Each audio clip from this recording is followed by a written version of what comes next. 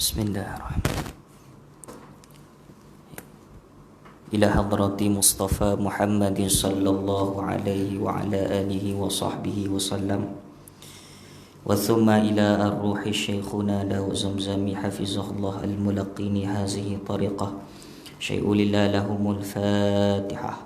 A'udzubillahi minasyaitonir rajim. Bismillahirrahmanirrahim.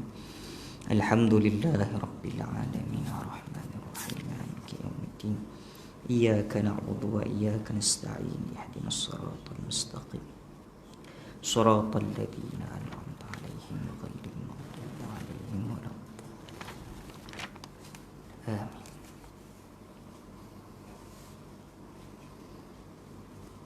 Assalamualaikum warahmatullahi taala wabarakatuh. Alhamdulillah, salatu wassalamu ala Rasulillah wa ala alihi wa sahbihi ajma'in. Subhanaka la ilma lana illa ma 'allamtana innaka antal alimul hakim. Rabbi shrah lana sudurana wa yassir lana umurana birahmatika ya arhamar rahimin. Rabbi zidna ilman nafi'a warzuqna fahman nabi. Nawaitu ta'alluma wa ta'lid wa tadhakkura wa tazkir wa nafa'a wal intifa' wal ifadata wal istifadah wal hatha tamassuki bi kitabillah wa sunnati rasulih sallallahu alaihi wasallam wa du'a ila al huda wa dalalata ala al khair ibtigha'a wajhillah mardatihi wa qurbihi wa thawabihi. Subhanallah walhamdulillah wa la ilaha illallah wallahu akbar wa la hawla wa la quwwata illa billahil aliyyil azim. Amma ba'. Syukur kehadrat Allah Subhanahu wa ta'ala. Masih lagi Allah Ta'ala pertemukan kita, menghimpunkan kita di dalam rumahnya dalam rangka kita sembahyang secara berjemaah dan isyak secara berjemaah. Mudah-mudahan kita memohon kepada Allah Subhanahu wa taala agar dikurniakan kepada kita hati yang salim, hati yang tetap pada agama Allah wa taala. Jadi kita sambung lagi pada sifat yang kedua dah. Duk berasa sifat ketiga dah bakok. Kidang baru dia. Qala mu'ahum tu. Dak mari minggu lepas tu. Qala muallifu rahimahullah subhanahu wa ta'ala wa nafa'na bihi wa bi'ulumihi fid dharain amin ya rabbal alamin. Dan kidam artinya kidam sedia, dan makna sedia itu wujud zat Allah Ta'ala. Kena tambah wujud zat Allah. Itu tiada didahulu oleh Adam, yakni tiada. Lawannya sifat kidam tu baharu, hadis. Mustahil Allah Ta'ala baharu, hanya wajib sedia, yakni kidam selama-lamanya. Adapun tanda sedia Allah, yakni sedia zat Allah Ta'ala itu sekalian makhluk ini. Jadi minta maaf lah minggu lepas kita tak mari tu. Oh, ada musibah sikit. Sedang molek duk mesej dengan abang Nizam tu. Tak musibah mari. Oh, tak bukan tak mau mari. Banyak hal kena buat, dak dang nak mari. Kalau boleh kita mari juga, dak dang nak mari. Kita mohonlah pada Allah Subhanahu Wa Taala, minta doalah pada ayah-ayah sekalian, pada saya, agar senantiasalah tabah pada musibah Allah Subhanahu Wa Taala ini dihimpakan kepada saya, amin ya rabbal alamin. Jadi kita masuk sifat yang kedua ni. Ini sifat salbiyah. Apa sifat salbiyah?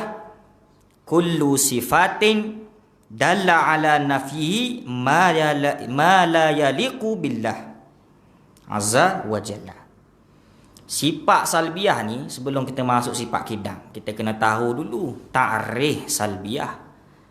Ta'rif salbiyah ni, dia ni tiap-tiap sifat yang menunjuk di atas menafi barang yang tidak layak kepada Allah Subhanahu Wa Taala. Itu salbiyah tu. Apa salbiyah? Kita jangan bahas sifat lagi, bahas apa itu salbiyah. Ibaratnya kita nak masuk pintu ni, kita kena cari dulu kunci buat mana dulu ni, supaya kita dapat kunci yang boleh buka pintu. Boleh juga banyak-banyak kunci tu boleh terasa sekunci, tapi lambatlah. Kita cari dulu kunci. Kunci apa? Kunci nak masuk pada sifat salbiyah. Maka kunci pada nak masuk sifat salbiyah, ta'rif salbiyah. Apa ta'rif salbiyah? Tiap-tiap sifat yang menunjuk di atas menafi barang yang tidak layak pada zat Allah Ta'ala. Itu maksudnya, sifat-sifat yang akan dibicarakan di dalam salbiyah ini, yakni 5 sifat, kidam, baqa' dan lain tu. Maka siap sifat ni adalah sifat menunjuk di atas nak nafi seluruh sifat-sifat yang tidak layak pada zat. Itu. Kemudian sifat salbiyah dia beza dengan nafsiyah. Kalau sifat nafsiyah itu sifat subutiyah. Kalau sifat salbiyah ini sifat haliyah ataupun amrun i'tibariyah. Apa amrun i'tibariyah? Dia nampak cerah pada fikiran kita, tapi tidak ada pada zat Allah. Kenapa untuk kita cerah pada zat saja atas fikiran kita ni? Kerana sifat-sifat salbiyah ini sifat yang tidak ada pada zat. Contoh yang kita bicara, yakni sifat kidam. Ini sifat kidam. Kidam, erti dia adalah sedia. Kalau kitab-kitab lain dia biasa tulis pertama wujud, kedua kidam. Tapi kitab kita ni tak tulis pertama, kedua, ketiga. Adakah pertama, kedua, ketiga itu sifat juga? Tidak, jawab dia. Jangan kita kata pertama sifat wujud, kedua sifat kidam, mesti letak juga pertama, kedua. Tak. Itu tertib bilang sahaja. Adapun dia sifat ke tak? Tidak, kerana zat Allah tidak bertertib, tidak berturut-turut, tidak. Hanyalah nak memahami kepada kita, kadaran kita nak memahami ni tak boleh sekaligus 20 sifat kita bilang, tak boleh satu-satu supaya kita faham. Tu. Jadi sifat kidam ini sifat salbiyah ataupun dipanggil sifat amrun i'tibariyah. Kita faham situ dulu. Apa amrun i'tibariyah ni? Sifat yang bangsa cerak pada fikiran sahaja. Dia beza tu. Sifat makni lagi lain lah. Sifat makni dia maujud, lagi qaimun bizatihi. Beza dia 3 lain. Subut, amrun i'tibariyah, haliyah dan juga maujud. 4 situ. Boleh panggil belaka. Jadi nafsiyah, salbiyah, ma'ani, ma'nawiyah, ini kita kena letak pada tempat dia supaya kita jangan bercampur gaul. Habis. Artinya sifat kidam sedia. Maksud dia tu sedia. Apa makna sedia ni? Tu. Dan makna sedia itu wujud zat Allah Ta'ala itu tiada dahulu oleh Adam. Itu sifat kidam. Apa sifat kidam? Iaitu sifat kidam ini adalah sifat yang tidak didahului oleh tiada. Adanya Allah, adanya sifat Allah, adanya zat Allah itu tidak ada didahului oleh tiada. Kita mungkinat bangsa imkan kita didahului oleh tiada. Lepas pada ni tak ada pula. Dah, itu kita bangsa imkanun, bangsa mungkin barang ada ataupun tak ada ni kita ni. Adapun zat Allah itu tidak didahului oleh tiada. Kidam selama-lamanya kidam pada zat Allah. Tu beza tu. Bila sebut kidam, dia ada dua kidam. Ada kidam zamani, ada kidam makani. Tu. Ada kidam zati. Kidam zaman, kidam makan itu barang makhluk. Kidam zati itu Allah. Tu.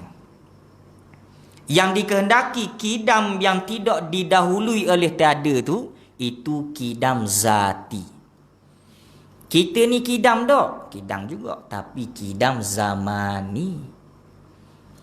Pak mak hidup 50 tahun.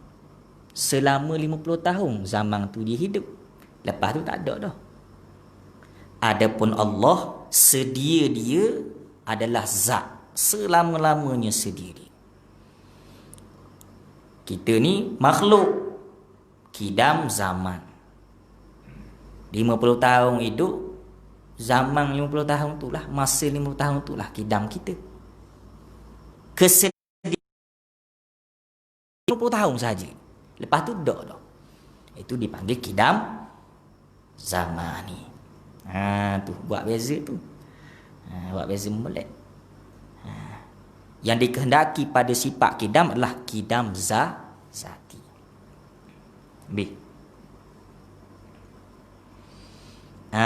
Lawannya kidam baharu. Maka wajib tiap-tiap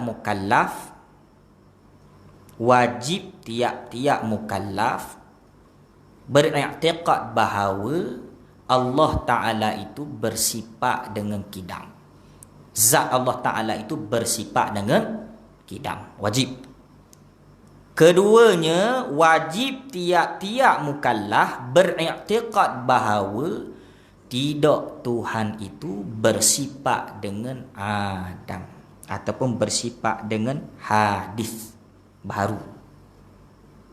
Ketiganya, wajib kita umat Islam mukallaf ini mengambil satu dalil. Apa dalil? Kidamnya Allah, iaitu makhluk. Habis ya? Habis fadu'an tu. Tak payah. Ilmu tauhid ni dia bukan bangsa pada hafazan, tidak. Dia bangsa kepada kenal.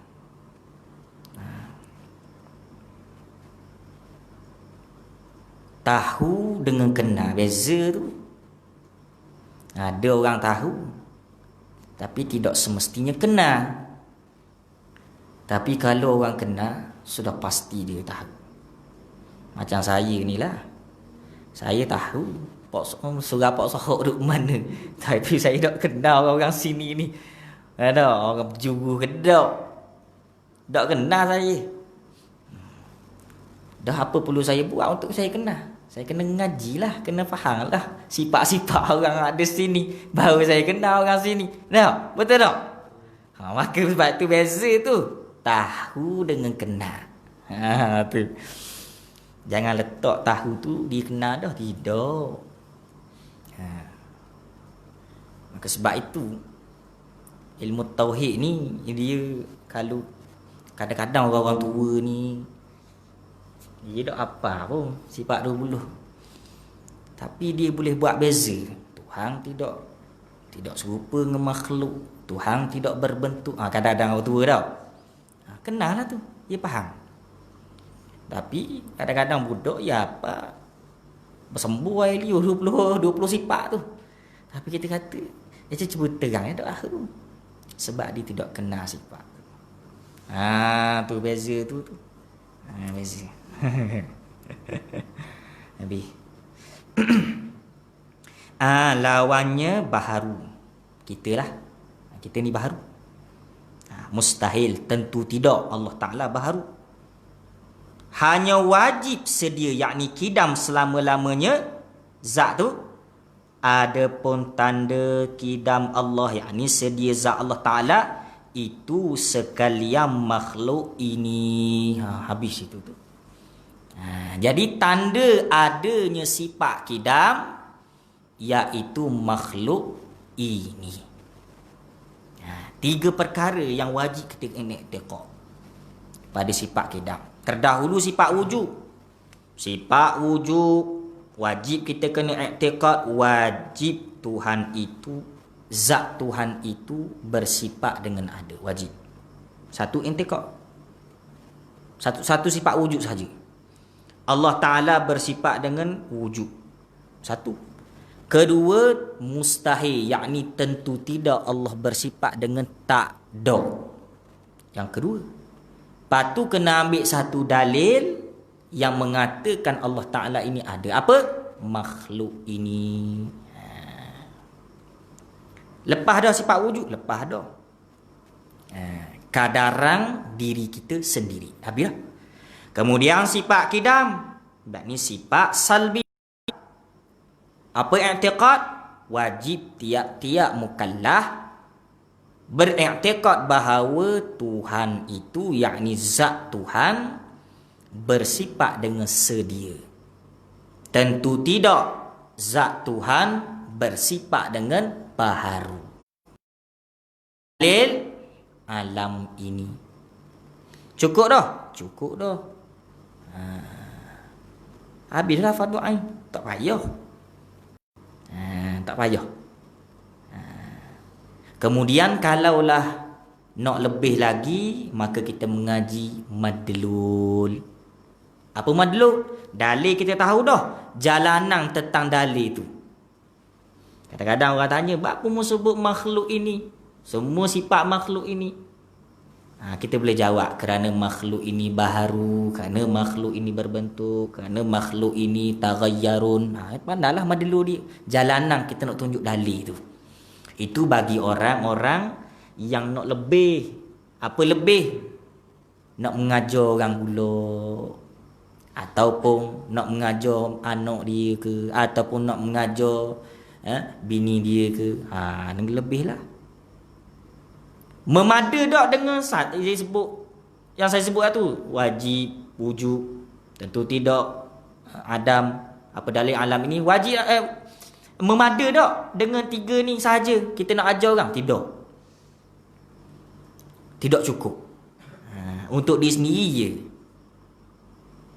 Kerana apa? Kerana ilmu akidah ni dia ilmu tiap-tiap diri. Dia macam barang pekoh juga, macam barang tasawuf juga. Dia barang tiap-tiap diri, tiap-tiap ain. Dia beza dengan kifai, fardu kifayah. Untuk wakil seorang kau, kita lepas lalulah. Di antara jarak masafatil qasri, ada seorang, ataupun ada seorang yang boleh, contoh kita kata kau mandi jenazah, ada seorang di dalam jarak masafatil qasri, ada seorang. Lepas dah kita? Lepas dah, kerana ada seorang tu wakil. Tapi selagi mana tidak ada tok wakil, maka kita bertanggunglah dosa tersebut. Tu bimbang. Fardu kifayah ni bimbangnya.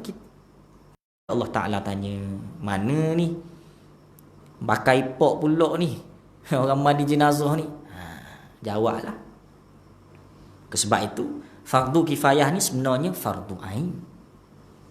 Tapi dia lepas disebabkan tok wakil seorang. Dah kita tak tahu tok wakil. Kalau kita ni tok peti lah, kita ni lepas kita ni. Tok peti. Lepas dah lah. Tapi kalau tok peti tak lepas kau, selok lah kita. Itu. Kena faham situ. Habis tu.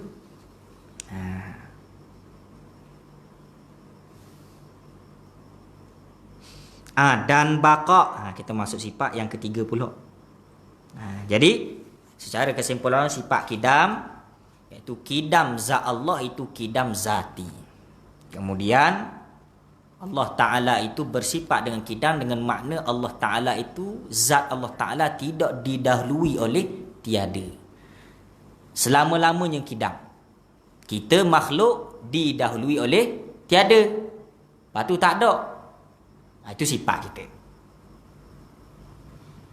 Tu habis tu. Kena cerak situ, habislah. Dan baqa. Apa baqa ni? Artinya kekal.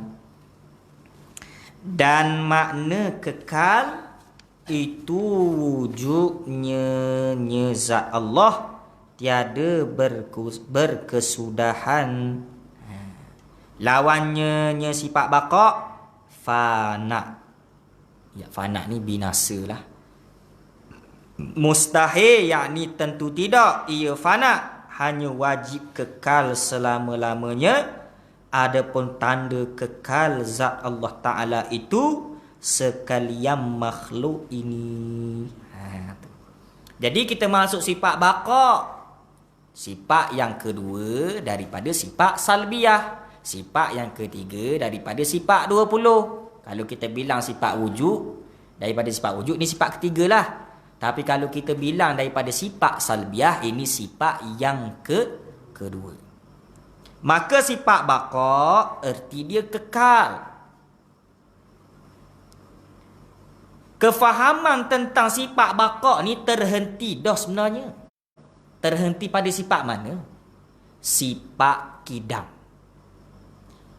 Kidam kita ngaji dah. Sifat kidam iaitu kidam zati. Sedia zat selama-lamanya. Bila mana sedia zat selama-lamanya, maka sudah pasti ia baqa kekal.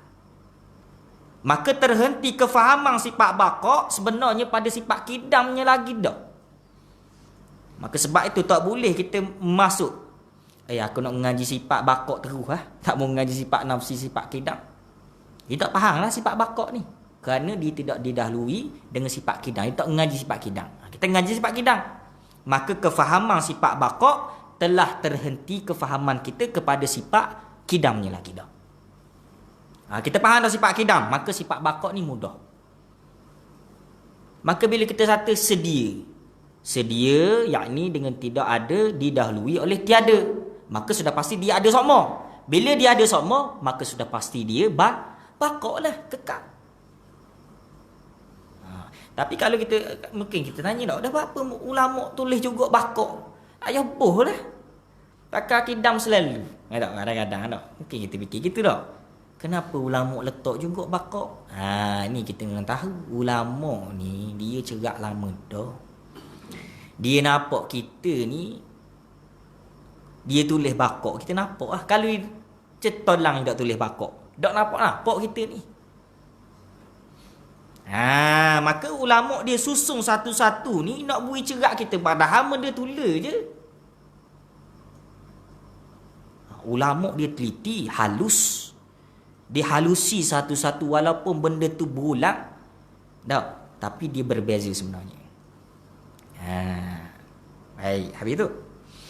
Dan makna kekal, apa makna baqa? Itu wujudnya zat Allah tiada berkesudahan.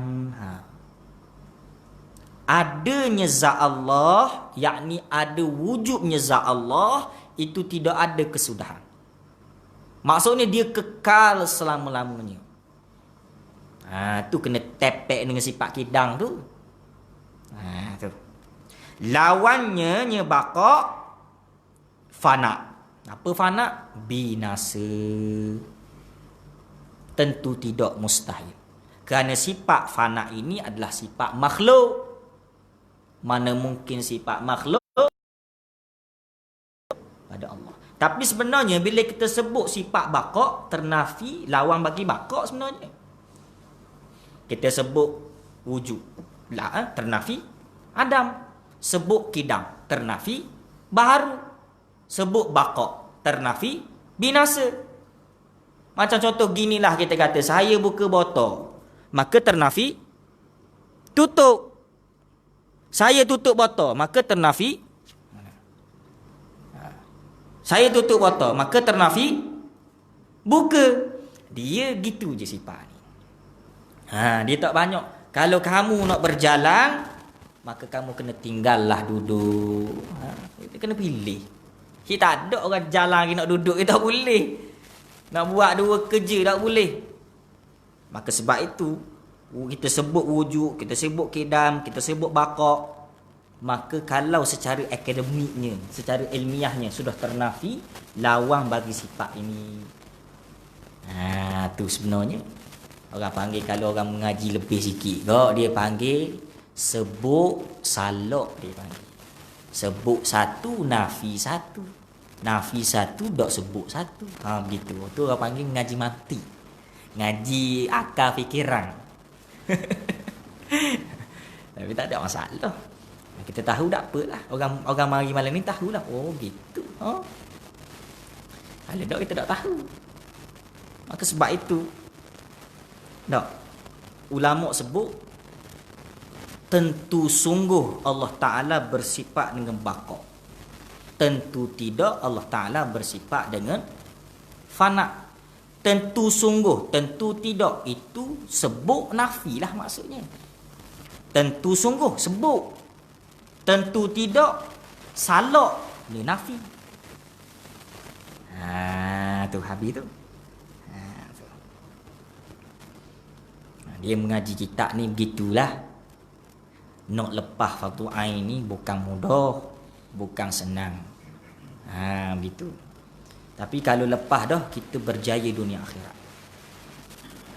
Kita kadang-kadang hairan, kenapa di antara kita ni sembahyang berjemaah, sembahyang berjemaah, yang diwajib hanyalah sembahyang tu. Okey, kita bahas ni dulu. Kadang-kadang saya tengoklah, orang-orang kita sembahyang berjemaah, dia bertupu sungguh. Betul tak? Hukum sembahyang berjemaah kalau menurut Imam Rafi'i adalah fardu, adalah sunat muakkadah. Kalau Imam Nawawi, ini pandangan yang mu'tamad, seperti mana yang disebut dalam Hasyiah Mahalli, syarah bagi Minhajut Talibin, adalah fardu kifayah. Didirikan sekelompok orang, maka dilepaskan sebahagian orang. Okey, sembahyang berjemaah itu fardu kifayah. Kemudian mengaji ilmu fardu ain adalah mengaji ilmu tauhid, ini fardu ain. Apa fardu ain? Wajib dituntut. Tidak tuntut, ma yusabu ala fi'lihi wa yu'aqabu ala tarkih. Kalau kamu buat, maka kamu dapat pahala. Kalau kamu tinggal, maka kamu dapat dosa. Jemaah didirikan sebahagian, maka lepas orang. Yang wajibnya sembahyang tu. Tapi kita lah, sebab apa? Lepas sembahyang ni kita tembur lagi dah. Orang ngajuk. Sebab apa? Sebab apa? Padahal ni fardu ain ni. Kalau orang mayang rumah dah, dia mayang rumah, lepas tu dia mari ngaji. Yang mana lebih molek? Lebih molek dia mayang rumah, mari sini ngaji. Kerana wajibnya mengaji fardu ain ni. Jemaah didirikan sembahagian, lepas dah orang. Tu habis mayang tu, perang tu pol lagi lu. Buat apa gitu? Tinggal yang fardu ain. Maka itulah dinamakan orang yang tidak mengetahui hukum syarak, tak tahu. Bahaya ni, bahaya. Maksudnya bukanlah kita kata tak payah sembahyang jemaah, tidak. Maksudnya kita nak banding hukum. Banding hukum tu sebenarnya. Itu bahaya kita ni, kefahaman kita ni. Kita bimbang, kita buat gitu, siapalah kita mati. Kita duk berasa sembahyang berjemaah kita ni cukup dah. Dah. Kita berasa cukup waktu dah. Mengaji fardu ain ni tak ambuh dah. Mengaji tauhid ni tak ambuh dah. Tidak ada seorang ulama pun sebut, dia kata mengaji tauhid ni pandai dah, patut tak mengaji dah. Tak ada. Maka sebab itu kata Imam Nawawi, jadilah kamu seorang yang belajar. Ataupun jadilah kamu orang yang mustami'un, orang yang mendengar. Ataupun jadilah kamu orang yang muhibbi, orang yang mencintai, orang yang mendengar, orang yang mengajar. Dan janganlah kamu jadi orang yang terakhir. Ngaji tidak, dengar tidak, cinta pun tidak, dok belaka. Maka kita nantilah di akhirat nanti, Allah, duk fikir-fikir takut kita. Dok, kita buat ngaji ni ialah kadang-kadang buat dak ngaji ni guana. Nisbah dia tu guana. Kita kena berbimbang-bimbang juga. Jangan buat lepas diri kita, jangan. Kadang-kadang kita buat lepas diri kita je. Biarlah orang kampung tu tak pergi. Aku lepas lah, apalah. Jangan. Kita kena jadi jemaah. Alaikum bi jamaati. Hendaklah kalian berjamaah. Maksudnya kita cegah mungkar, ma'ruf suruh. Itu. Jangan kita seorang-seorang. Kalau seorang-seorang ni Allah Ta'ala tak beri rahmat. Nak seorang-seorang tak ambuh jemaah. Tak nak seorang tak ambuh jemaah ni. Oh, ni orang-orang ni tak dapat rahmat Allah. Mesti berjemaah. Nak akad rumah kena ramai-ramai, tak boleh seorang. Saya wakil yang seorang tak boleh akad rumah tu. Tak? Ataupun nak buat benda kena berjemaah. Apa jua sekalipun. Jemaah ni sangat penting. Maka sebab itu kata Imam Al-Ghazali dan sebahagian ulama-ulama sufi disebut orang jahat kalau dia duduk di kelompok orang baik yang ramai, maka dia tak akan jadi jahat. Tapi kalau orang baik hidup seorang, pasti dia akan jadi jahat. Tu beza tu. Orang baik, kita ni hati ni goyoh. Baik-baiklah. Duduk seorang, dia mari seorang, ini pasti goyoh. Tapi kalau seorang orang jahat, dia duduk di kelompok yang ramai, yang baik, ataupun di kelompok orang-orang yang kebanyakan, maka dia takkan jadi jahat. Itu sipir ulama-ulama sufi sebut. Tu. Maka kita kena berbimbang-bimbang lah, tengok kalau saing kita tu kena tu baik. Tu. Jadi habis tu selingan. Tak boleh bertupu sangat sifat ni, takut pening. Tapi tak apa dah, mudah dah. Sifat wujud, sifat kidam, sifat baqa. Sifat wujud, sifat nafsiyah. Sifat kidam, sifat baqa, ini sifat salbiyah. Apa sifat salbiyah? Kullu sifatin dalla ala nafihi ma la yaliqu billahi azza wa jalla. Tiap-tiap sifat yang menunjuk di atas barang yang menafikan yang tidak layak pada zat Allah, itu sifat salbiyah. Itu sifat salbiyah.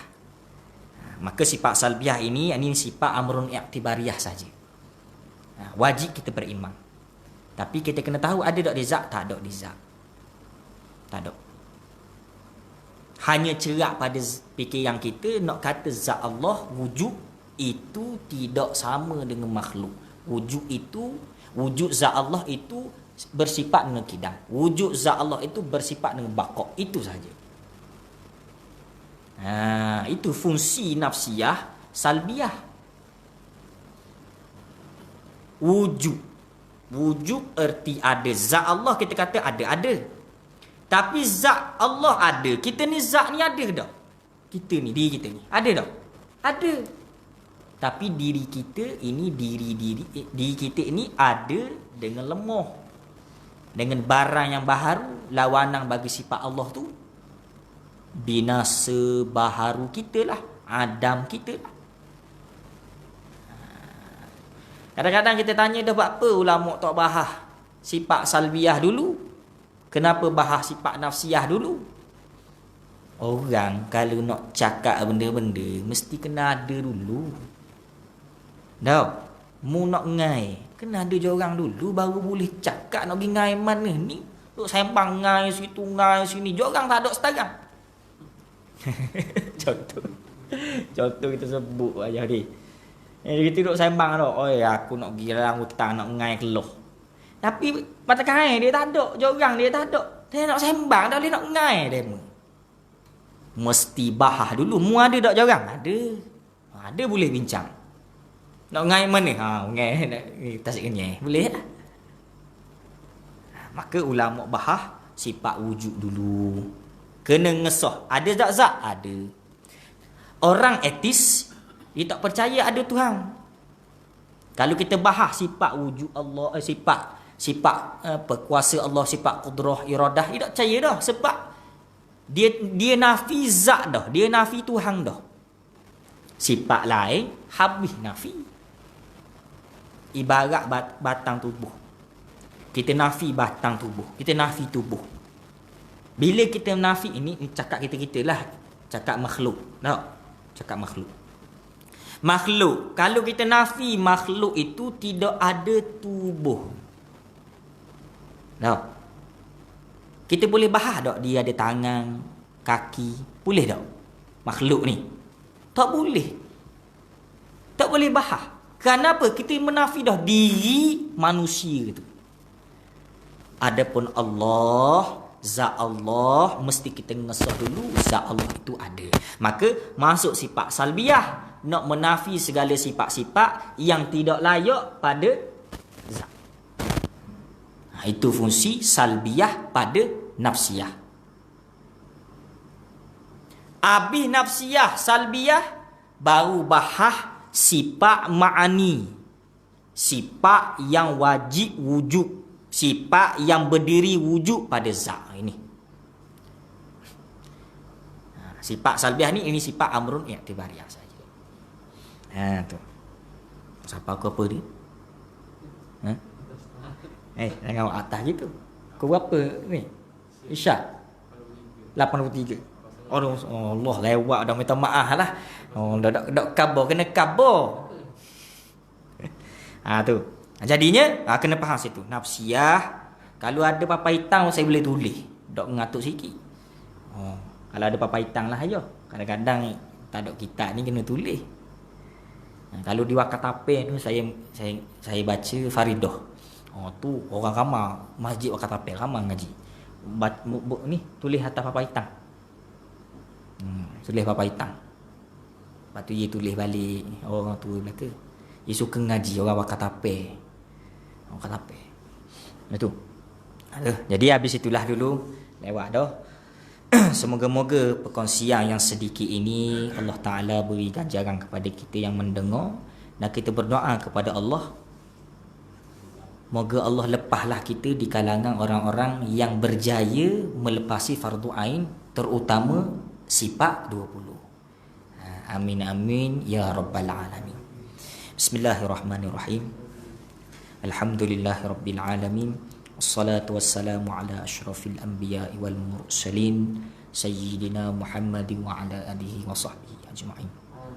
Allahumma ja'alna aqidatana aqidatan ahlu sunnati wal jama'ah minal asyairah wal maturidiyah. Allahumma zidna ilman nafi'ah warzuqna fahman nabi. Rabbana atina fid dunya hasanah wa fil akhirati hasanatan wa qina azaban nar. Wa sallallahu ala sayyidina Muhammad wa ala alihi wa sahbihi wasallam. Walhamdulillahi rabbil alamin. Assalamualaikum warahmatullahi taala wabarakatuh.